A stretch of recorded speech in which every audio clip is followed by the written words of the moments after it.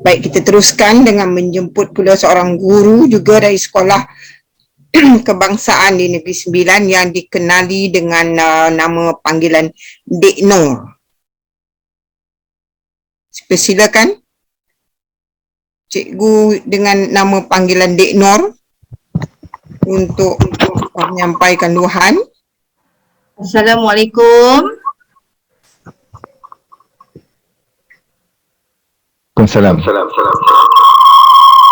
Assalamualaikum, saya ucapkan kepada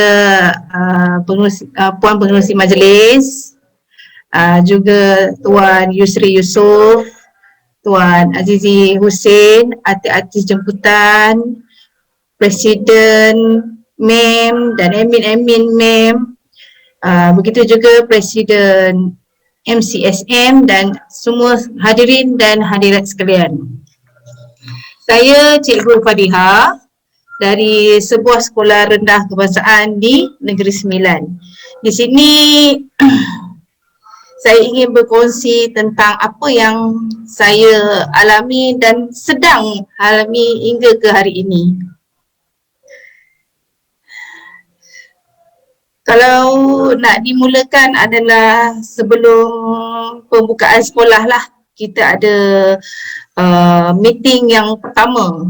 Sebelum pembukaan sekolah, saya telah melihat pada official sekolah yang meminta guru-guru hadir ke mesyuarat. Pada mulanya di situ dia ada menyatakan guru tidak vaksin, tidak boleh hadir.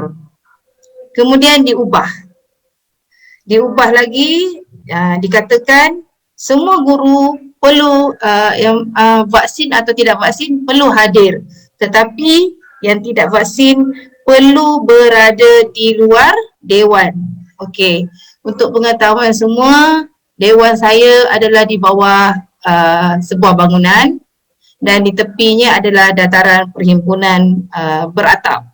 Jadi masa mesyuarat guru tu, memang dah tersedialah kerusi di luar dewan tu. Masa tu tak adalah saya mungkin awal lagi saya tak adalah terasa sangat, cuma macam pelik juga. Jadi saya duduk je lah di luar sambil mendengar apa yang mereka perkatakan, mereka bincangkan di dalam dewan. Jujur saya katakan memang apa yang disampaikan tu tidaklah begitu jelas sebab berada di luar kan. Tetapi saya akurlah. Kemudian guru besar saya keluar dan dia menyatakan minta maaf lah. Dia kata ini kerana mengikut SOP Kementerian Pendidikan Malaysia.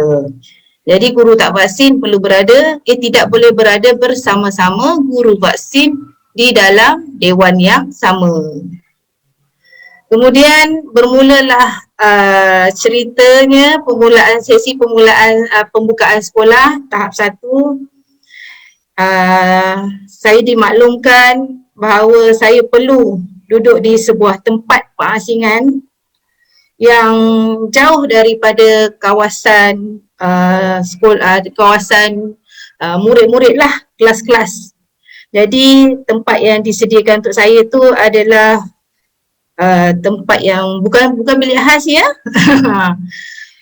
Jadi dia sebuah tempat seperti kantin lah saya panggil, sebab keadaannya memang menggunakan meja kantin, bangku kantin, tidak berdinding, hanya beratap zinc, tapi alhamdulillah ada kipas, berada di tepi makmal komputer, dan dikelilingi oleh tangga, tandas murid dan tembok.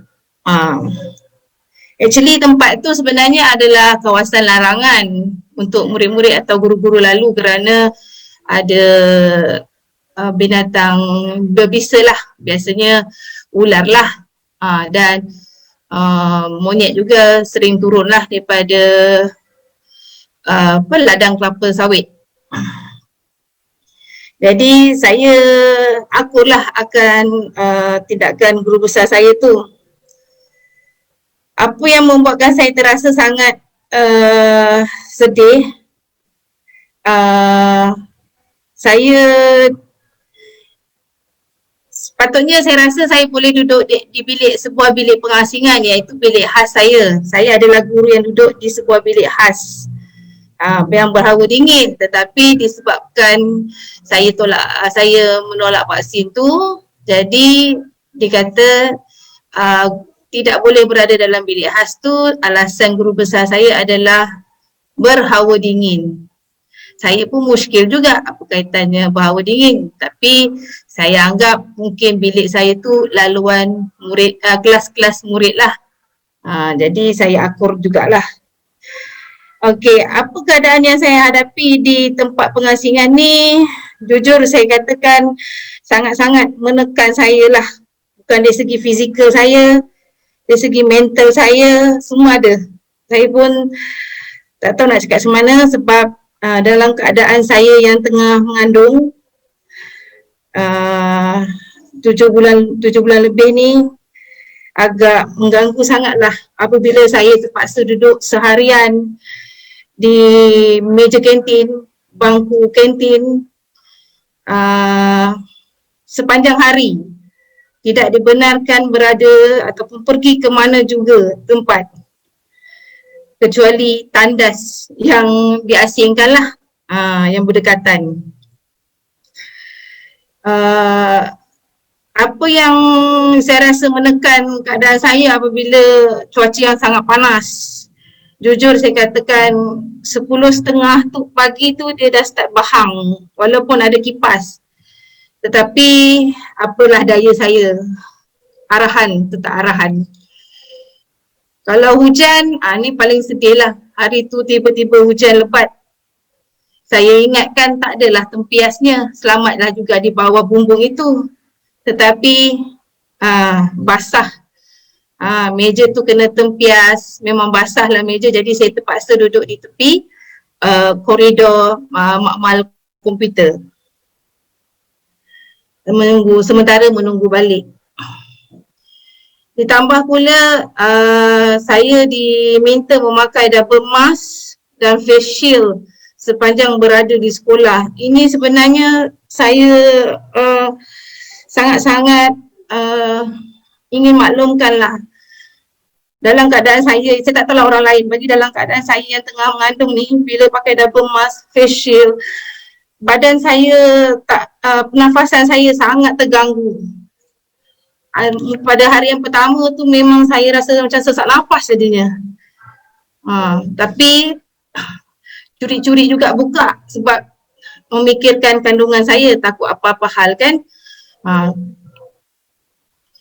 Tandas pun pergi apabila murid berada di dalam kelas, bukan waktu rehat ataupun mereka dah pulang. Ada had-had supaya kami tidak bersemuka di tangga lah, sebab tandas tu berada di tingkat 1. Kemudian kalau dari segi kedatangan memang saya diminta hadir menggunakan pagar di belakang lah.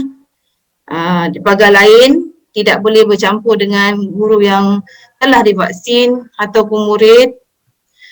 Jadi saya panggil pagar di sebelah kantin saya.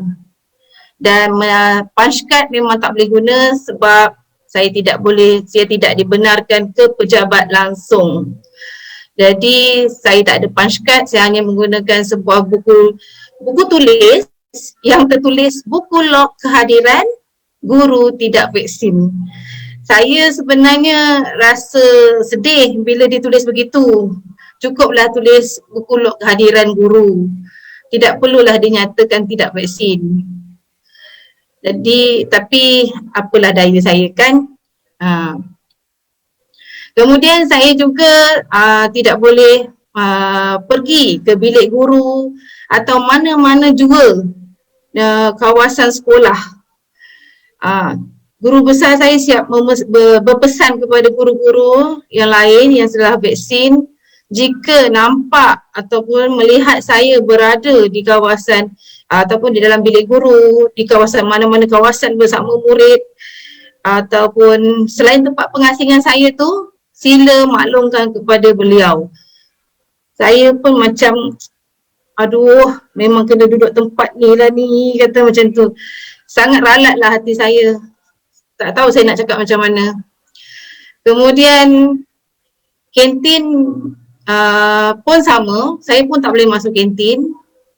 Dah macam terpaksa call dia, minta dia hantar makanan, membuatkan saya kadang-kadang bersalah juga sebab mereka pun sibuk di dapur, kadang kita nak dihantar, dihidang.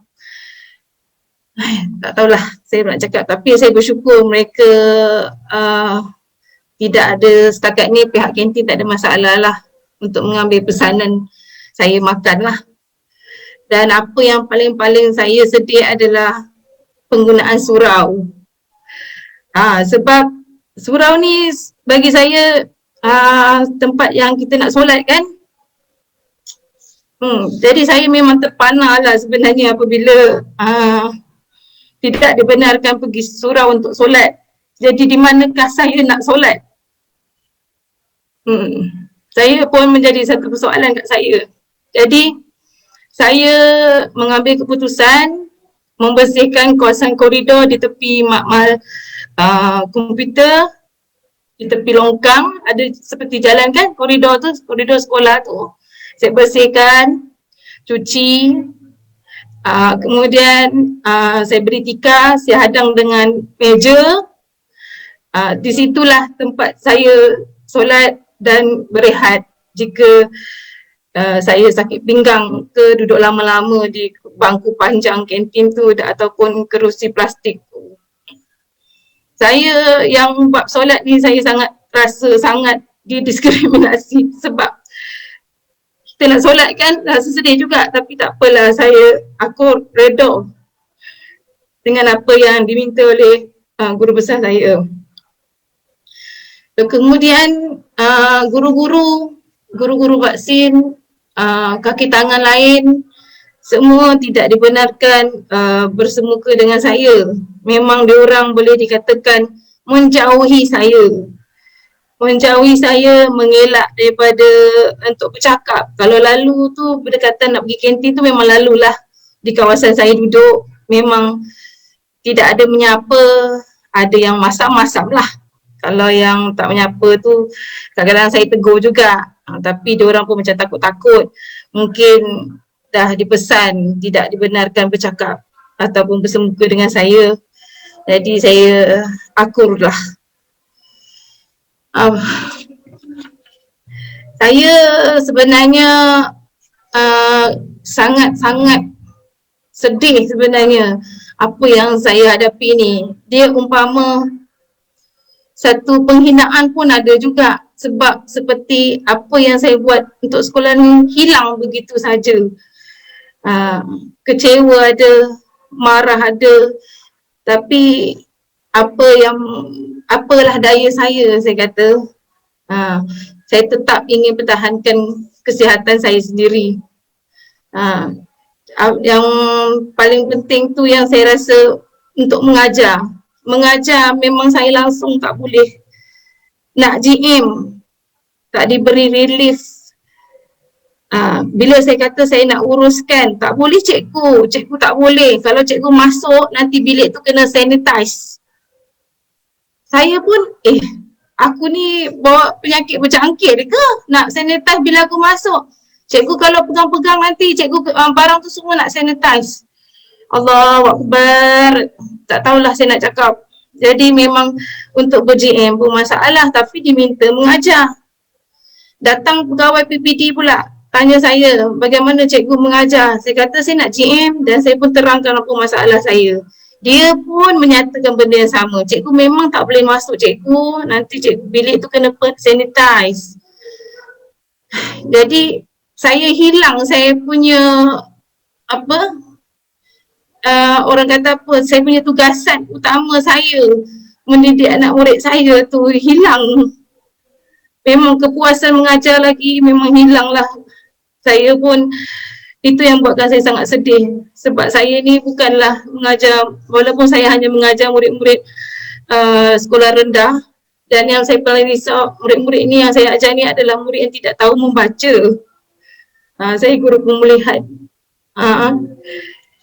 Kalau fikirkan anak-anak murid saya lalu kadang tanya, cikgu kelas tak ada ke? Tapi pandainya saya terpaksa ikut sebab kalau saya tak ikut, bibi saya pesan dia akan buat laporan kerana saya melanggar garis panduan 3. Dan ini memang sedih lah buat saya. Saya tak nak ada sebarang krisis apa-apa dengan kawan-kawan ataupun takbir.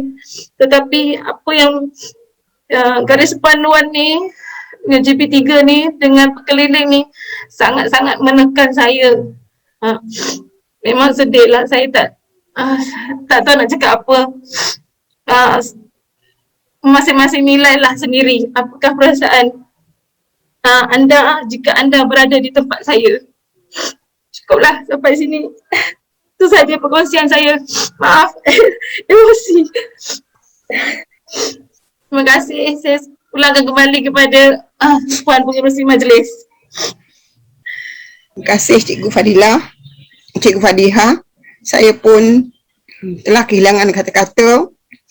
Walaupun ini bukanlah kali pertama saya mendengar keluhan Puan Fadiha. Dia juga telah menyuarakannya dalam banyak visi.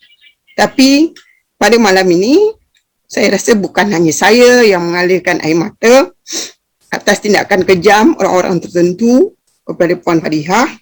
Lebih-lebih lagi ia sedang berbadan 2 dan terpaksa sembahyang tepi longkang. Rupa-rupanya hanya kerana vaksin ada orang yang sanggup berlaku zalim seperti ini. Jadi inilah sebahagian daripada diskriminasi, tekanan yang pernah dan telah diberikan oleh ketua jabatan yang saya kira otaknya entah letak di mana dalam menguruskan soal vaksin. Sedang kita tahu vaksin itu bukanlah paksaan, vaksin itu adalah pilihan.